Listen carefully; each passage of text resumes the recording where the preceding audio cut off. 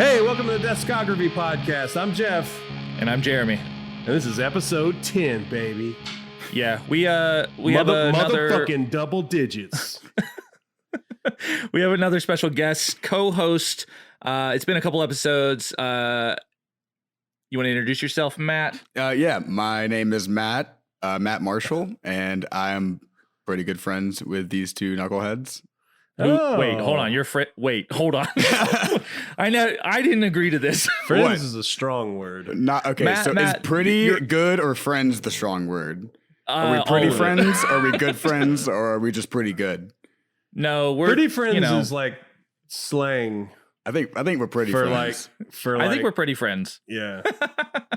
Matt, you play guitar in our band. No We'll way. just get that out. Yeah, I don't know if you know that either. Not anymore. We don't Yeah, have no, a band now that- anymore. I'm a huge fan of None of us play anything in any band. Yeah, in a past life before the apocalypse happened, I teetered around on the guitar with these guys. And Yeah. was in a band called Yeah. Machinist. I was in a band called Machinist. Now, Yep. No one's in any bands. Wait, you're in The Machinist? Holy shit! I'm Yeah, in The from New Machinist. York. That's crazy. The Machinist from New York. I didn't say the Machinist, but y'all are How saying is that I it? did. How is it being in a band with a girl? No one's ever done that before, right? Yeah, That must be- Machinist never mu- did that. Yeah, that must be crazy to have. Very crazy. I can't Girls believe in that hardcore? Yeah, I can't believe that a woman would be in a band. No way. No, it's insane. It's just it's just really novel. yeah, it's makes the band stand out. It's my you know? favorite. It's my favorite genre.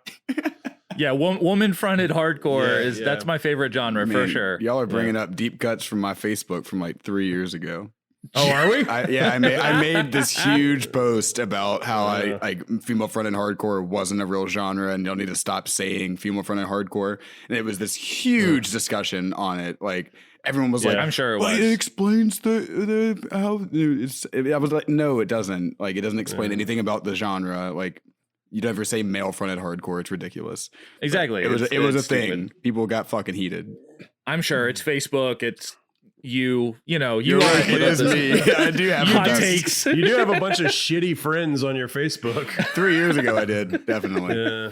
So, Matt, thanks so much for being here with us. We're stoked to have you.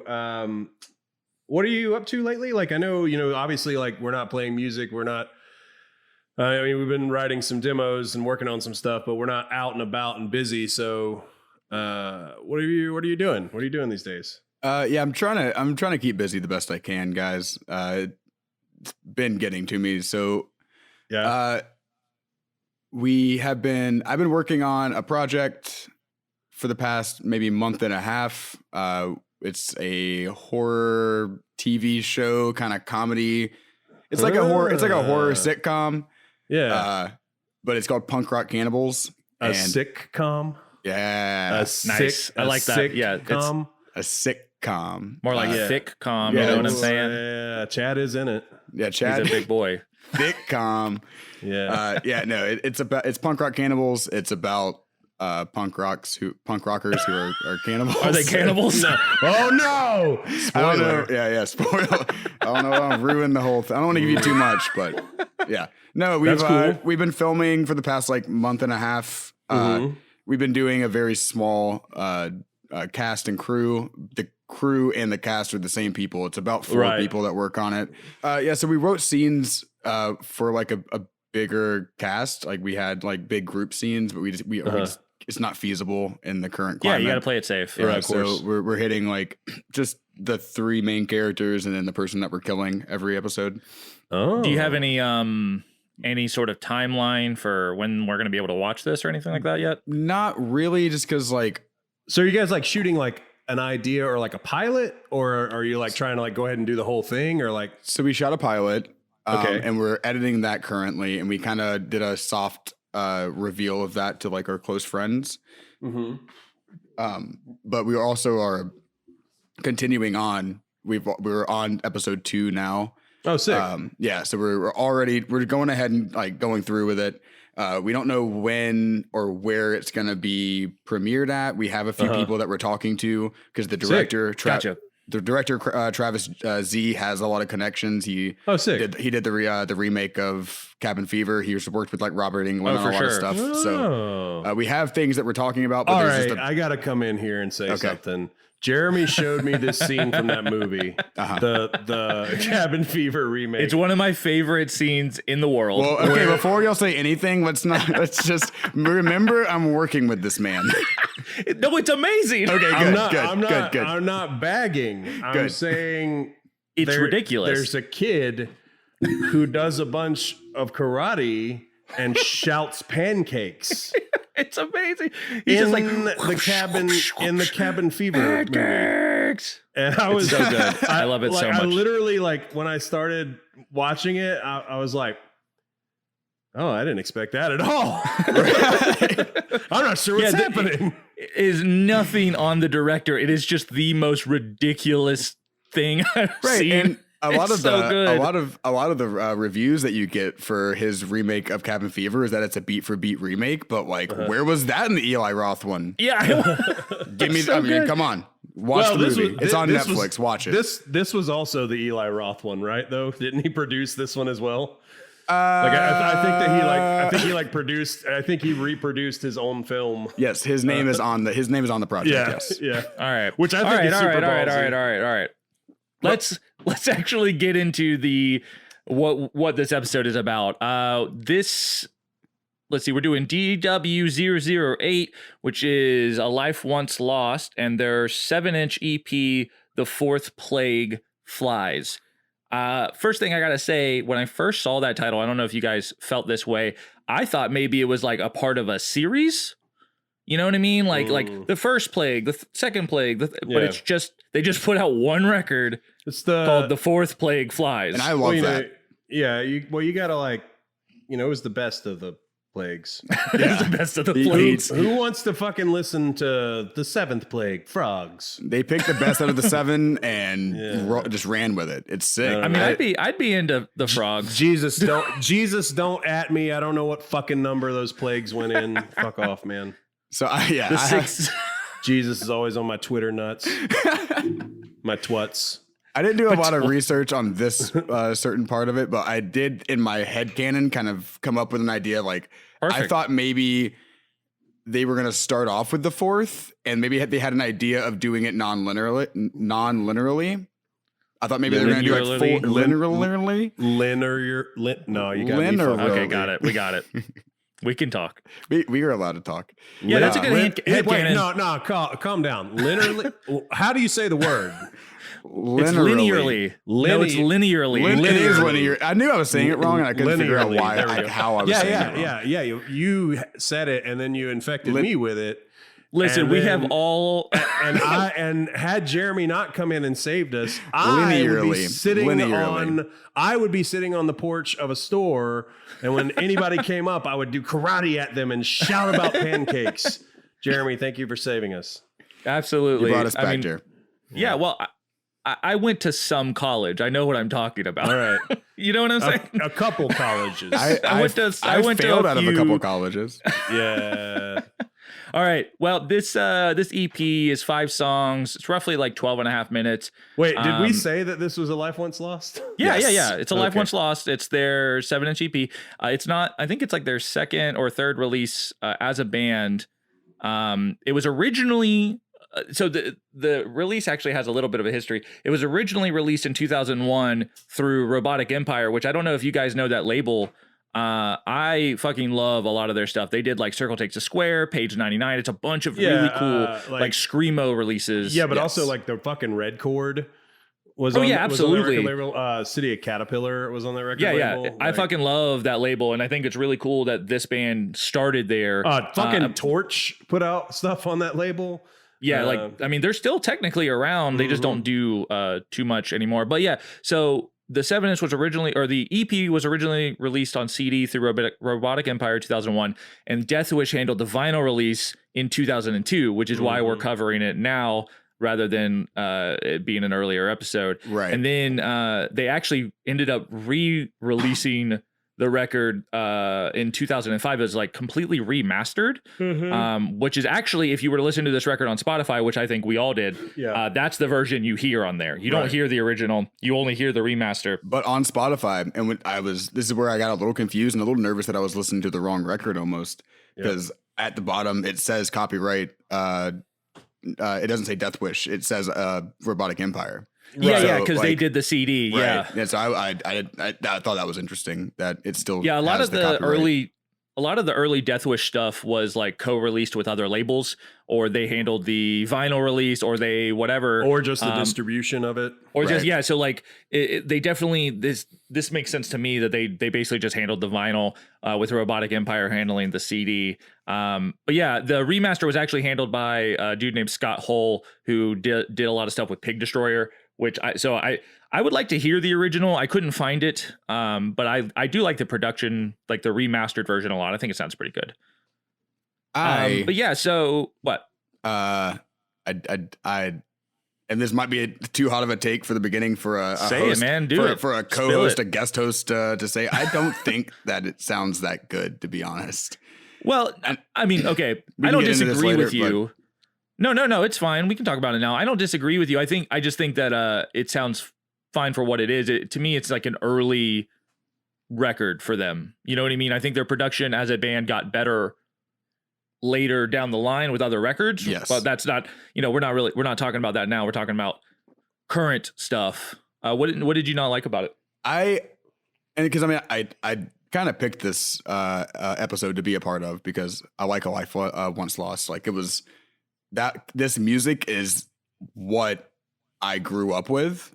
Like these kind of bands are what I watched playing from like 14 to 17, like this like kind of chaotic metalcore like sound is like what got me into heavy music. Because like these were the bands that were playing in my hometown. I think A Life Once Lost played a few times in my hometown. Oh, wow. So like, but I listened to this release, which is I guess one of their first, if not their first. It's their second record. Yeah, they did a full length, and then they did this record. And like, I understand what they were going for, and like, I think musically it is good, but there's a lot of stuff with the production that I'm just like I disagree with, and I don't. And I could write it off as it just being a problem of the times, but every record before this that y'all have handled, and I've been like listening since episode 1, all of them sound better than this.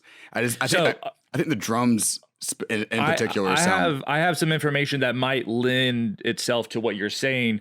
So the record was actually produced by a guy named Vincent Ratti. I don't know how to say his last name, but he's actually in the band Zoloft the Rock and Roll Destroyer. But he is still a producer and he's still very, very active. But what he's known for is nothing heavy. Like when I was going through his discography, I'm talking The Wonder Years, Balance and Composure, Circuit of Survive, Tiger's Jaw, Super Heaven, Adventures, Brand New. He did that last Brand New record or whatever. Like, so he's done very, very little heavy work, at least notable stuff.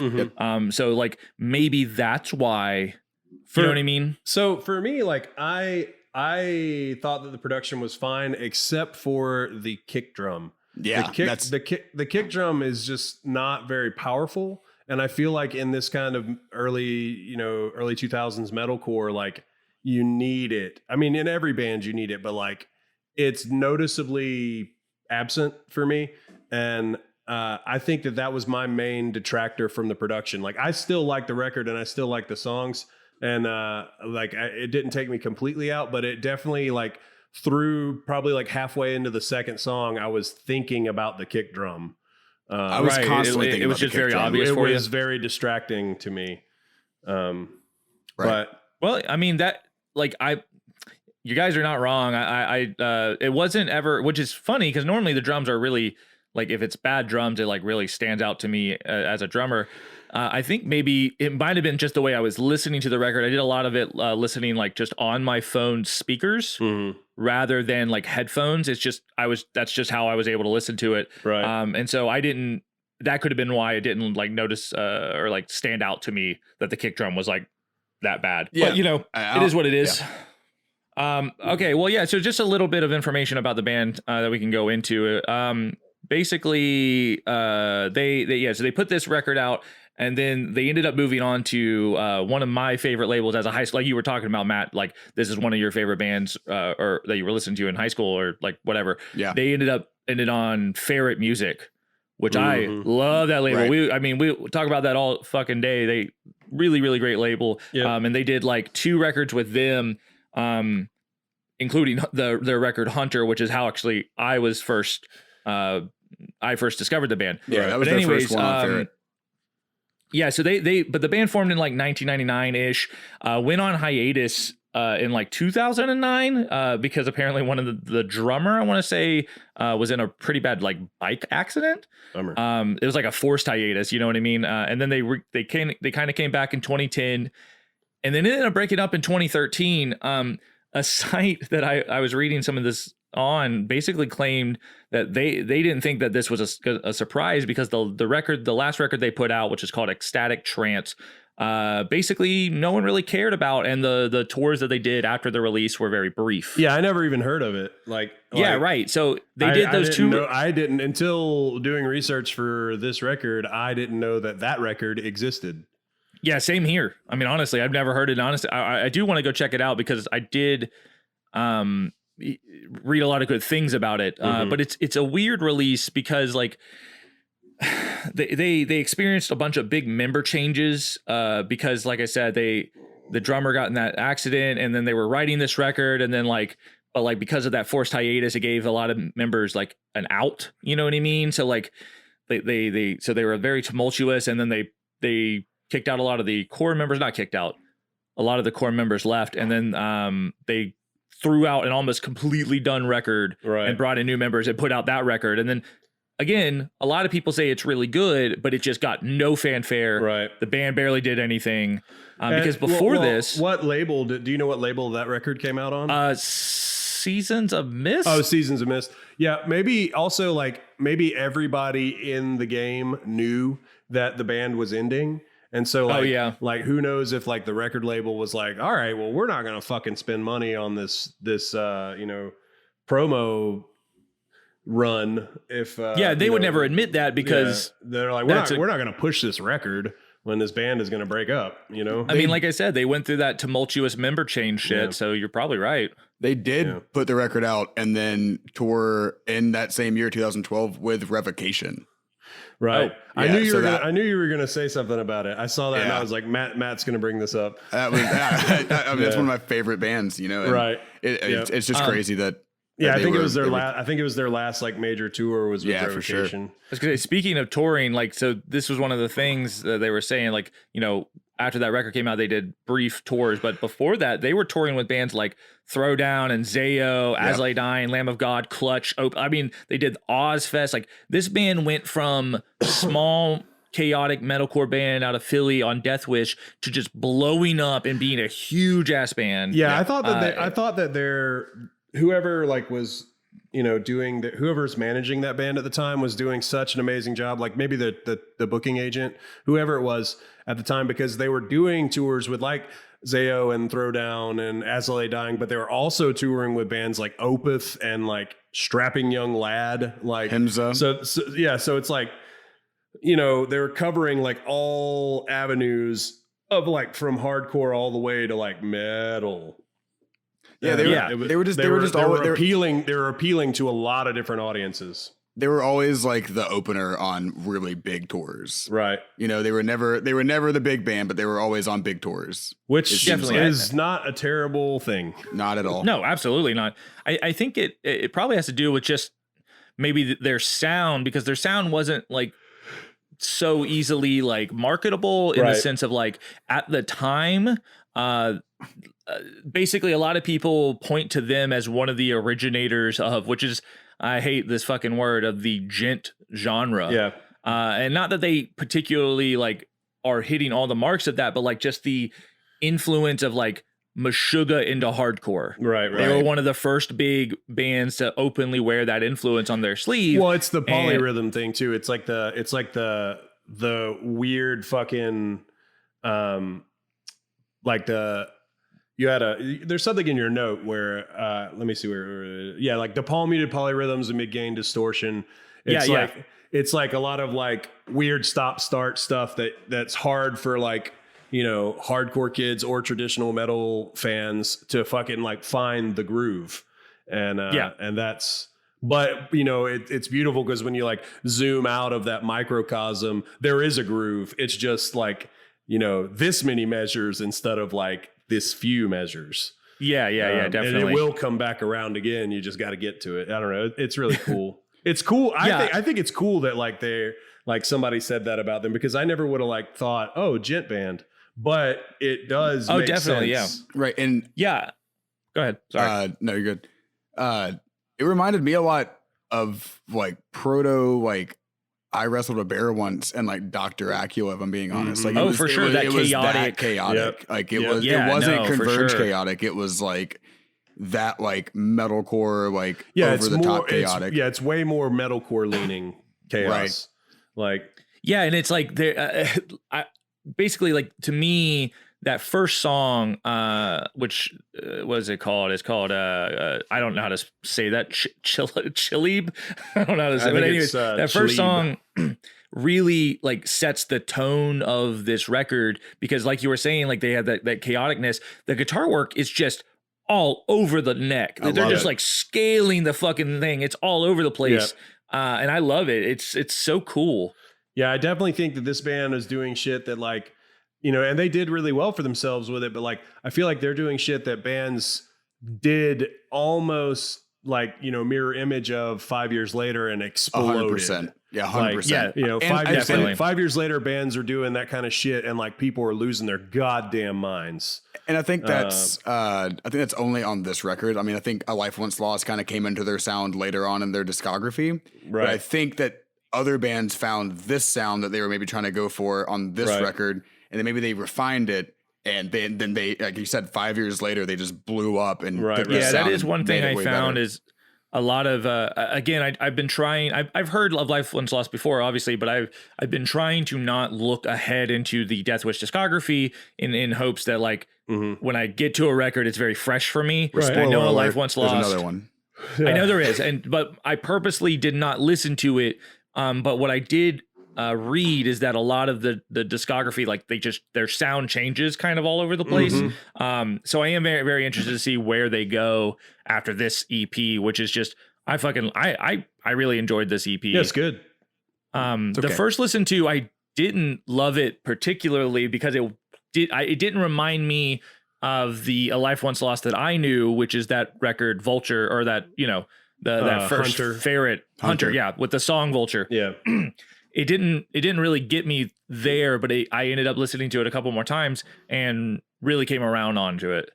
I definitely enjoy it. I think the end of the second song is my favorite part of the record. It has this really cool like discordant breakdown that's got this groove to it. That's just what I fucking love it so much. That's what I live for. That's something that it's so cool. That's it's a very riff cool. I would bring up to Machinist and be like, "Yo, check this out! Like, how do y'all feel cool. about this?" Yeah. That's right up my alley.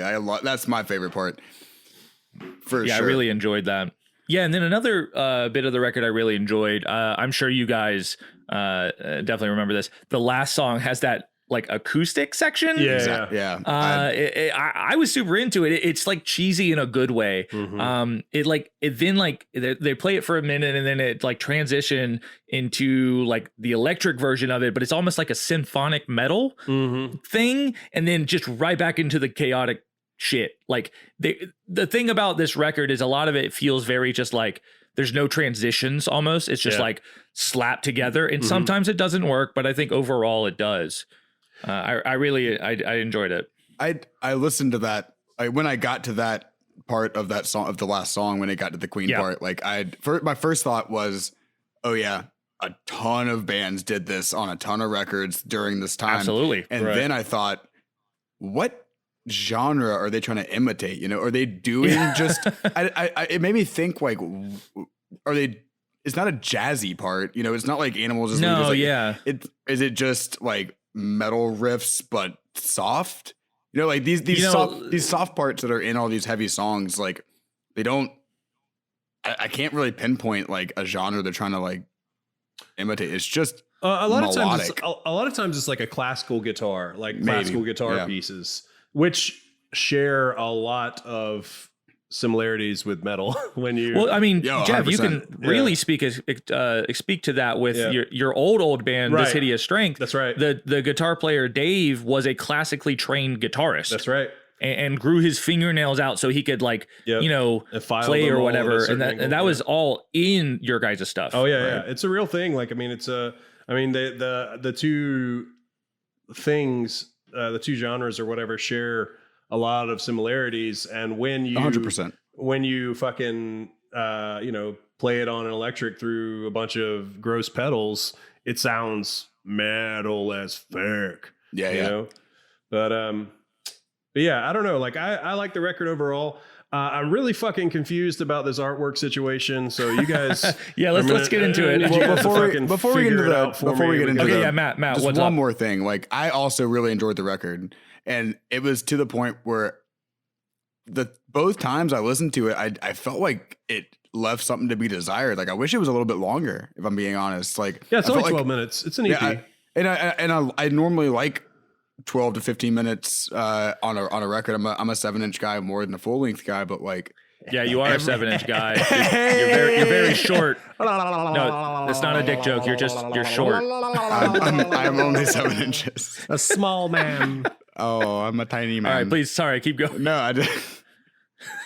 God, you're gonna undercut my opinion with a dick joke. That's fair. It's not a dick It's the joke. last thing I expected out of Jeremy. Thanks for coming on our podcast. The only time you ever agree to come on our podcast. Yeah, it's over. Never again, you pieces of No, shit. I every time, like, once that last song ends, I'm like, I wish there was one more song. Like, it feels like another song should happen. Yeah. You know, I don't know. Yeah, I think maybe that part of that is the fact that it is so all over the place. Yeah. That it doesn't really feel, even though it has that acoustic shit and like that feels like a last song kind of thing. The song ends and you're like, yeah, absolutely wanting more. Yeah, like, I feel like we finally got to something that felt different on the record when we got to that slow part and we got to that build up and then it got chaotic again. I wanted it to keep going. Don't you think that might be intentional though? Like, leave them with this. Oh, it's definitely intentional. 100%. Unfulfilled. Like, 100%. I mean, that's Yeah. I mean, textbook. you'd rather be wanting more than not, it being too long. Like, I can think of numerous examples of records being way too long. So yeah, I think if I put myself back in 20, I can think of one right fucking now. no, we're not bringing it up. we're not talking about Hellchild again. You said it. All right. I can't wait. Hellchild, Bare Skin. Oh, Matt, I want to. Did you listen to that record? Oh God! Did you listen to man, it? I listened to some of it. Yep. Yeah, lucky you, motherfucker. We are moving on. Okay. No. We're moving on. We're going to talk about the artwork now. Okay, so this is a little confusing. If you were to listen to this record on Spotify, you would see one of 3 different versions of the artwork that exists. Originally, like we were saying earlier, the record was released on CD by Robotic Empire, and it had artwork done by what is his name? Aaron Turner. It's the dude from ISIS. Yeah. He was in ISIS and like band. Old Man Gloom and shit. Yeah, the band. Yes. Yeah. He also founded Hydra Head Records and shit like that. I gotta talk about this giant bottle of whiskey that you're drinking, Matt. You didn't have to, but you're going to now. No, I got it, man. Fuck, dude. You brought it to the podcast. We're gonna talk about it. What are you I drinking? was trying to be off camera. It's you failed miserably. I was listening to you, Jeremy. Just to You let were know. literally looking at the camera while guzzling whatever that is. What is it? It's Old Crow. Oh, oh, Jeremy, it's not a good drink. Because All I right. ran out of Jameson. Oh my God. I'm just kidding. This is just an empty bottle. Actually, there's some left in it. Yeah, but it's empty now. All right. Anyway, Art. The dude So from what ISIS. I was saying, yes, the dude from who founded Hydra Head Records. Yeah, which Aaron is Turner. crazy. Yeah, I didn't know that he was. I didn't know that cat who was in all those bands also created Hydra Head Records. Yeah, it's fucking cool as shit. And then like he also did artwork for like Cave In and Dillinger Escape Plan and Torch and shit. Just showing everybody else up in the world. Yeah, just like, hey, you know how I'm really good at playing instruments? I'm also very good at running a label. I'm also very good at doing art. Like, all right, dude, fuck off. Yeah, he seems like kind of like Jacob Bannon. Yeah, in a way. So, and actually speaking of Jacob Bannon, so the Deathwish version of this release, which is the 7-inch, has different artwork than the original CD.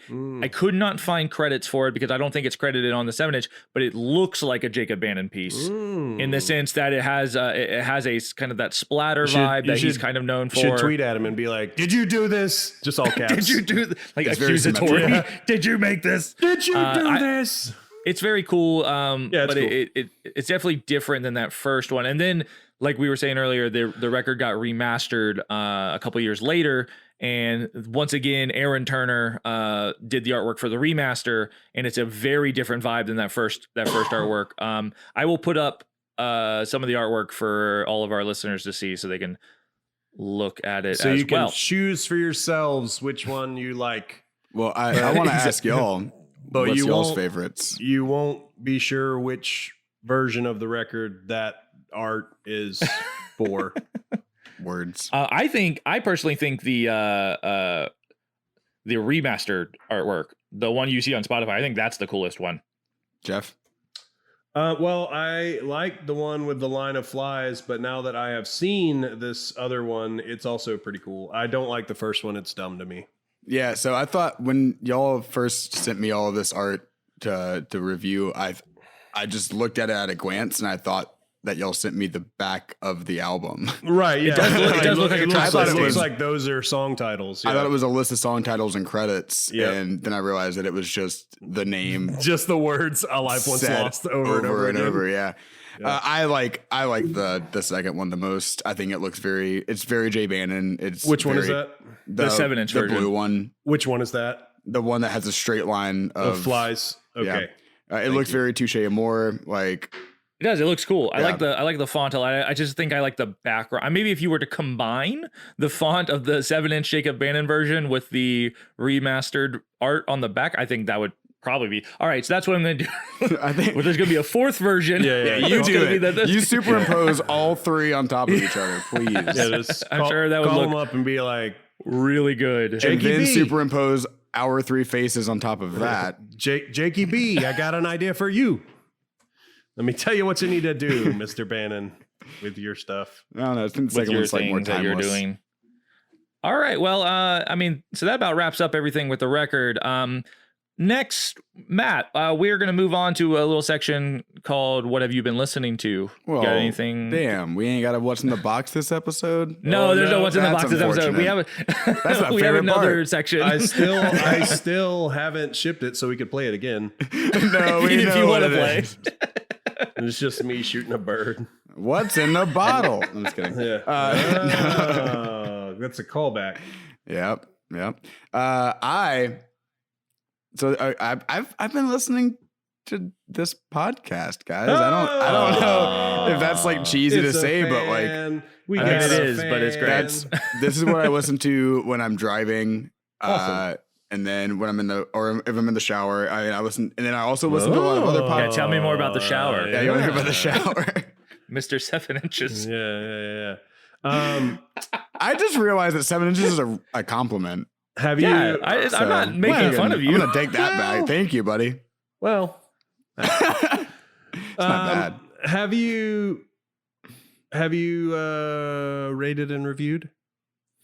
Well, I listen on Spotify, man. They don't have Yeah. that yet. Have you you hit that have you- follow have button, you- though? Have you followed? Have you Oh, followed? I've followed. Come on. Yeah. Get out of town. Of course, Yeah. I followed. Just Yeah, get but out of no, I also I've been listening to last podcast. I've been listening to No Sleep, and music wise, man, like I just got back to work. I've been back at work for like 2 weeks now, so like my Spotify is filled with like a bunch of top 40 stuff. If I'm being honest, Oh, sure. just because Hell yeah. my phone, I'm the DJ at work, and Nice. sometimes I'll bring up like a emo playlist that will have like a bunch of classic like emo songs. And when I say emo, I mean like My Chem, like Yeah, mid 2000s emo. Yeah, exactly. And then sometimes I'll have like some metalcore stuff because a bunch of my coworkers like Asloy Dying and all that kind of stuff. Mid 2000s metalcore, sure. Exactly. Yeah. All of my coworkers that don't just listen to top 40s listen to things that ended in 2006. But mostly it's top 40 stuff, man. Like, so I've been listening to a lot of Billy. There's nothing wrong with it. Last episode, Jeff was like listening to the Mulan soundtrack, like whatever. Oh, wait, no. Can I go back 2 episodes? Yes. Okay. Before y'all say what y'all are listening to, and just note that it was insane to listen to how y'all were talking about Little Dicky. Bruh. Like, never fucking heard of him. That was insane that you had never heard of him. And then Jeremy had to be like told by you who he was. Like neither one of y'all. Yeah, I kind of was aware. Because like I had heard of that one song. I have been a huge fan of Lil Dicky for a few years now, to the point where I'm already at the point. I've been at the point where you're past him. Yeah, because Jeff said, I'm over it, and I gotten over it, and then he put out Dave on Hulu, and so I watched that, and that was really good. So I've been on this like teetering thing with Lil Dicky for it's years. like, I'll be honest. it's like, just oh, crazy. Man, it's like, oh, he's kind of good, but he kind of fucking annoys the shit out of me. Exactly. And then he's funny I'll be again, honest, and then he's not funny again. I haven't listened to anything since then of his, so I don't Save know. That Money's a banger, guys. Watch it. All right. Well, what I've been let's just sample that. All right. What I've been listening to is some old friends of ours, Jillian Carter. It's not that they don't have anything new, but I went into this kind of nostalgic trip. I run a little tape label called Killer Robot Music, and several years ago I put out the tape for their record Lost Ship Sinking with the Sunset, and it's one of my favorite records from a Florida band, I think, of all time. If you guys, listeners, if you haven't heard them, they're very, it's the term emo violence it's kind of gets thrown around. They're like a screamo band. It's very, they've used it themselves. It's like, it has power violence influences. It's just like, because when I use the term screamo, a lot of people might think something completely different than what it is, but they fit more along the lines of like Page 99 or actual screamo. Majority Rule, shit like that, like really older screamo. It's really good, really amazing, and that's my favorite record of theirs, and I've just been on a nostalgic wave listening to that. And then also I put this record out myself as well. Damn. At least the tape version. Jeez. You guys remember Sleep Patterns? Yeah. I fucking their record Choke, it's a 7-inch. It just went up on Spotify like last year, even though it has been out for forever. They broke it up. Everyone's in different bands now. This is a name their drop. Record Choke. What? This is a name drop. You're just name dropping. I'm not. Oh, I'm not I name know. dropping anything. I'm not doing shit. I'm saying Sleep Patterns is an amazing band, and you should listen to their 7-inch Choke. It's absolutely fantastic. Those 2 records is all I've really been listening to. Heard. Jeff? Have you been like staring at your record label's Bandcamp while listening to them? No, I've been looking at my Discogs page to see if anybody's bought those tapes and for how much. Yeah. Yeah. Weird. It's weird. Yeah, man. I've been listening to this band called Bedtime Magic. They're on Nefarious Records. Greg from Nefarious sent me a copy of their LP. I don't remember the name of it because I don't respect them that much. Oh, Jesus Christ. Yeah, I've been listening to that. It's real good. And then I just today listened to a couple songs from this artist named Haley Kiyoko, which is she's on a new episode of Celebrity Drag Race, and I was like, I don't know. They're all like people born in like the mid 90s to late 90s, and I was like, I don't fucking know any of these people, but they're celebrities. So I was like, all right, I'm gonna go check them out. And this was the one that I actually enjoyed out of all those. But she's super good. Yeah, I've definitely never heard that name. Yeah, you should check her out. Her music videos are real good. She's got a video for a song called "Girls Like Girls." I think it's like her biggest song, but it's a real cool, really well shot video. And and it's got a cool story in the video. But yeah, it's cool. I've been listening to that, and pretty much just Bedtime Magic and Fuck Your Birthday also, which is another Nefarious band because he sent me a bunch of crap, so I've been listening to all that stuff. Oh, cool. Yeah. So cool label. They put out a Dying Whales record as well. Yep, the other member of Machinist, his other band. That's right. All right. Well, so like we said earlier, we don't have a What's in the Box segment this episode. Nope. So but we do have a little segment that is going to be a repeating segment. Oh yeah! Oh, I'm so excited now. No, fuck What's in the Box. This is great. Jesus. This is a little thing. I don't really have a title for it at this moment, but it's basically our favorite record. So we've done 10 episodes now. This being number 10. I have a name for it. Okay, what's the name? The Deathscography Decimation. All right. Because it's We got to 10, get like 'cause some it's 10, explosions 'cause behind your 'cause voice. it's I get 10 it. Decimation. Oh, I got you, Jeff. Yeah. Wow, very, very literal. Yeah, I like it. when people are always like, "Oh man, they were decimated and everybody died," I'm like, "No, that's not what a decimation is, dog. It's only that'd be 10. 1 out of 10. A decimation is the destruction of a tenth." Yeah. But yeah, so basically it's our favorite records from the last 10 records that we That's a different liquor discussed. bottle, Matt. Jeez. It's been a long day. Whoa, All right, bro, fuck the podcast. Are you okay? I'm great. No, I'm doing really good. Okay, It's all right. best time of my life. No, but are you? Is it? I'm all right? serious. Yes, 100%. I'm doing like 3 projects right now, 2 of which I can't talk about. Your hair looks good. My hair looks good, looking good, feeling good. Yeah. I'm on my new favorite podcast as a guest right now. Hey, I get to talk to my yeah. best friends. I'm doing great. Oh, It's good time. This is a That's a great celebration, time. not a That's sadness right. thing. That's right. Yeah. This is a party. This is not a funeral. Exactly. We're partying at the funeral. Whatever. both, you know? Don't fucking matter. Everybody dies. Don't remind me. does. Don't remind me, Jeff. Let me drink All right, some what's more. this thing? All right. What's this thing we're fucking doing? Yeah, so basically we're going to choose our 2 favorite records of the last 10 that we discussed, and we're going to put it as some sort of best of thing. I don't know. It's called. I told you what it's called. It's called the Right. Deathscography Decimation. Well, I'm gonna name one, and then you name one, and then I'll name my second. Then you, okay? Okay, You know what I'm saying? Yes. All right. My favorite record that we have talked about is definitely the Jesus Eater EP. Yes. We know. Yep, number 1, man. I fucking love that record. Mhm. I think that was episode 5 or 6. Anyways, go back and listen to it. It's a fantastic record. We're going to be reviewing their LP coming up pretty soon. I'm very excited about it. What was was yours? Yeah, one of mine was Jesus Eater also. So Gotcha. What was your other one? my other one is the 2-song EP by The Promise. Oh yeah, the last episode. Yeah, it's called My True Love, and I actually just placed an order for that off offline. Of Yeah. course you did. yeah, they're just I don't know, man. Like those songs are such ass beaters. I just like it a lot. It's really good. I also ordered a blacklisted EP that we're going to talk about in like a year or something because it was just on sale with it and I bought it anyways. Well, my other record, my second favorite record was the Dedication, which Youth was Murder Anthems. Is that that record? Youth Murder Anthems. It was the 3rd Deathwish release. I really enjoy that record. Yeah, like I said, I think it was like episode 3 or something like that. Really good stuff. Didn't really, you also buy a copy of that?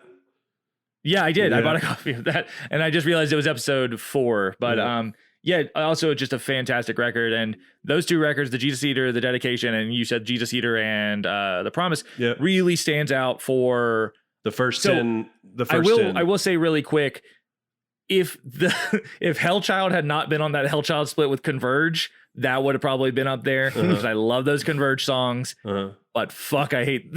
I just You can't hate do it? it. No, I didn't. No, I don't hate it. That's you a just- lie. You didn't want to talk about it, and now you're saying you hate No, it. you said you hate it. Don't own your words. No, I don't hate their songs on that record. Just, That is just what on the I will full say. length. Just on the full length. Gotcha. All right. Well, that about wraps up everything. Oh, we got to talk about next that episode. About wraps up this podcast. Yeah, forever. Yeah. We're going to talk about the next episode. We are. Ooh, I Never heard of this band. A band called Knives Out. You guys know who that is? What is it? Knives Out. Knives Out. I'm pretty sure there's a movie called Knives Out. But yeah, their EP called Heartburn is the next Deathwish release that we will be discussing. It's a banner lyric. Oh yeah, hoods up and knives out. Oh yeah. Actually, speaking of favorite music, yeah, banner. We gotta get Joey Southside on this fucking podcast. yeah. All right. Yeah, he'll do it. He'll just be like, yeah, I fucking hate this. Perfect. I fucking hate it. These motherfuckers, I fucking hate it. That's a great. I mean, it's like he's in the room. Yep. I mean, we're not even in the same room I can't together, wait but for he's him in to my hear room that. right now. Yeah, I hope he listens. I really hope he hears that. That's what it sounds like. Well, you can find the podcast on Instagram at Deathscography Pod. You can find us on Twitter at Deathscography, on Facebook at Deathscography Pod, or you can email us at deathscographypod@gmail.com. Reach out, give us some feedback. All of that is appreciated. We do really enjoy seeing that stuff. One of the reasons Matt came on is because he had been giving us some positive feedback, and we figured just let him shoot the shit with us. Just throw him a bone, man. Let the kid. Yeah, just throw him a bone. He's having the time of his band life with y'all or anything. Let the I don't kid talk to y'all on a daily basis. Let the kid have a fucking feel like he's part of something, you know? Yeah, exactly. You can find me on Instagram and Twitter at Iron Raygun. Matt, where can we find you? Guys, Iron Ray Gun sounds like Iron Ray. It blew my mind. I was listening to this podcast is what got me there. You can find me on Twitter and Instagram at MattBlack78. Hang on.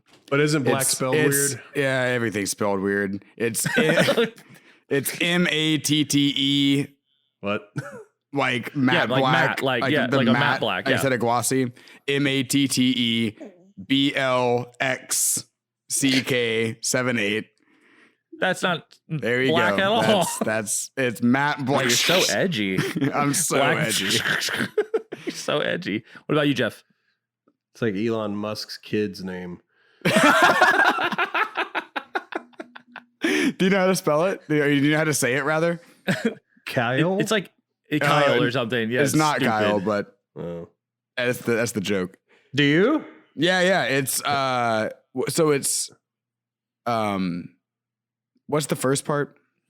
I don't know. I don't fucking know, Matt. Okay, so the AE is Ash, and then it's A12. It's X Ash A12. I just put AE. I just assume the AE is the A&E channel. Yeah. Yeah. Where The Walking Dead airs. Sons of Anarchy. Yeah. So right, Jeff, come on. I just put that into that kid's name. It's X every time Ash A12. Yeah, I'm like X A&E, the channel where The Walking Dead airs. A12. We got the movies. Yeah. We have the meat, Arby's. All right. Arby's and E. All right. That's his name. I hate this. Josh, what is your Twitter? You can find me on Twitter at Car Bomb Sermon. You can find me on Instagram at Despite Jeff. And yeah. All right. Well, thanks for listening, and that's it. Stop tweeting at me, Jesus. Oh, keep tweeting.